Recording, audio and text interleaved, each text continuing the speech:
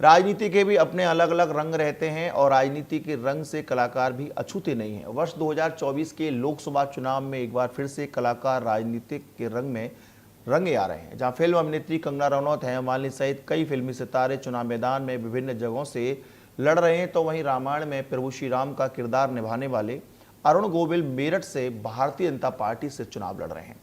आपको बताते चलें कि यह दिलचस्प चुनाव इसलिए है क्योंकि इससे पूर्व रामायण में रावण का किरदार निभाने वाले अरविंद त्रिवेदी 1991 से लेकर के 1996 तक भाजपा से ही गुजरात के साबरकांठा निर्वाचन क्षेत्र से सांसद चुने गए थे।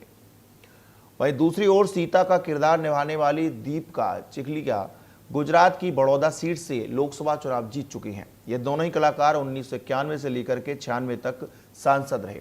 ऐसे में एक बार फिर रामायण धारावाहिक के राम का बड़ा किरदार निभाने वाले अरुण गोविल मेरठ से इस बार चुनाव लड़ रहे हैं, जहां उनके सामने कई चुनौतियां भी हैं।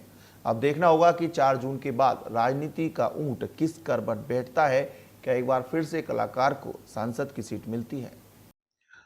कलाकारों को जब बड़े पर्दे का या छोटे पर्दे का रंग चढ़ता है तो वो भी जनता के बीच में जाकर के प्रसिद्ध हो जाते हैं और उसी प्रसिद्धि का फायदा राजनीतिक पार्टियां भी उठाती हैं, कलाकार भी उठाते हैं कि उन्हें जन नेता माना जाए। प्रसिद्धि का यही कारण है कि ज्यादातर कलाकार जब अपनी कलाकारी के चरम पर होते हैं तो वो राजनीति में उतर आते हैं या उन्हें राजनीतिक पार्टियां उन्हें पर डोरे डाल देती हैं।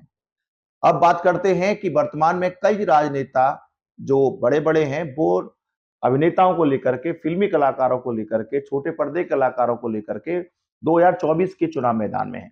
दक्षिण भारत में तो पूरी एक बहुत बड़ी फिल्म इंडस्ट्री के हीरो चुनाव मैदान में उतरे हुए हैं। बंगाल में भी, पश्चिम बंगाल में भी कई हीरो जो बंगाली फिल्मों के हैं, को टॉलीवुड कहा जाता है, वही उतरे हुए हैं।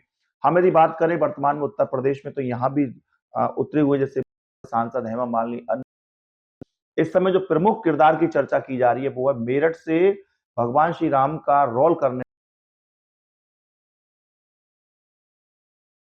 से पूर्व रावण का किरदार निभाने वाले अरविंद त्रिवेदी और जो दीपिका चिखलिया हैं, जिन्होंने सीता का किरदार निभाया था, ये दोनों सांसद रह चुके हैं। अब ऐसे में सवाल पैदा होता है कि वर्तमान में 2024 में 4 जून के बाद क्या प्रभु श्री राम का किरदार निभाने वाले अरुण गोविल संसद तक पहुंच पाएंगे, क्योंकि राजनीतिक जो डगर है वो काफी डगमगाती हुई नजर आती है मेरठ में। देखना होगा कि प्रभु श्री राम का किरदार निभाने वाली या श्री राम संसद की कुर्सी पर बैठ पाएंगे, ये बड़ा सवाल है। अपने साथी रोहित के साथ रवि यादव।